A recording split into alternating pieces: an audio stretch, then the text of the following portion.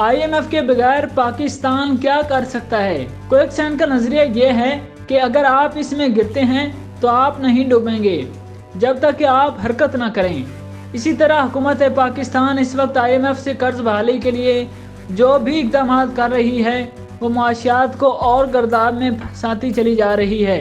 इसलिए हुकूमत पाकिस्तान को IMF की मजीद किसी ख्वाहिश को पूरा करने से मुआशियात को इस क्विकसैंड से निकलने के लिए कुछ इक़दाम करने होंगे। रुपया पिछले हफ्ते तेजी से गिरकर 264 से $278.50 पर आ गया। ऐसा लगता है कि ये 270 की सतह के इर्द गिर्द मुस्तहकम हो गया है। यहाँ तक कि वज़ीर आज़म और वज़ीर ख़ज़ाना ने भी इस पर बात की। जब वज़ीर आज़म ने कहा कि IMF सख्त शराइत आयद कर रहा है और वज़ीर ख़ज़ाना ने कहा कि वो अरबों डॉलर के लिए मुखय्यर हज़रात तलाश कर रहे हैं, तो ताजरों ने समझा कि क़यादत अब भी IMF के अलावा किसी और रास्ते की तलाश में है या वो इनसे मुज़ाकरात में मज़ीद वक्त ज़ाया करेंगे। लेकिन हमारे जायज़े में वज़ीर आज़म सिर्फ दूसरे स्टेक होल्डर्स और अपने वोटर्स को सख्त इक़दाम के ज़हनी तौर पर तैयार करने की कोशिश कर रहे होंगे। लेकिन रुपए की गिरावट का एक और अहम अंसर ज़खायर में ज़बरदस्त कमी है।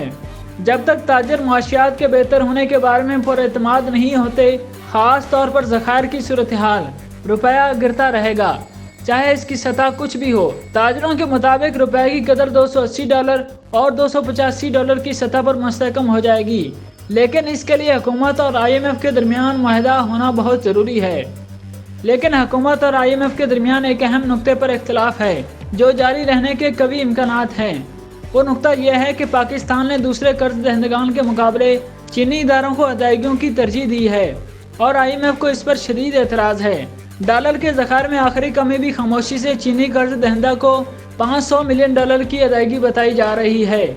यहाँ फैसला साजों को एक बात जहन में रखनी चाहिए कि श्रीलंका के पूरे मालियाती बुरहान में चीन ने इस मुल्क को मुश्किलात से निकालने के लिए बहुत कम मदद की। इसलिए हुकूमत पाकिस्तान इस तरह के किसी भी एडवेंचर करने से पहले तमाम मामलात को जहन में रखे।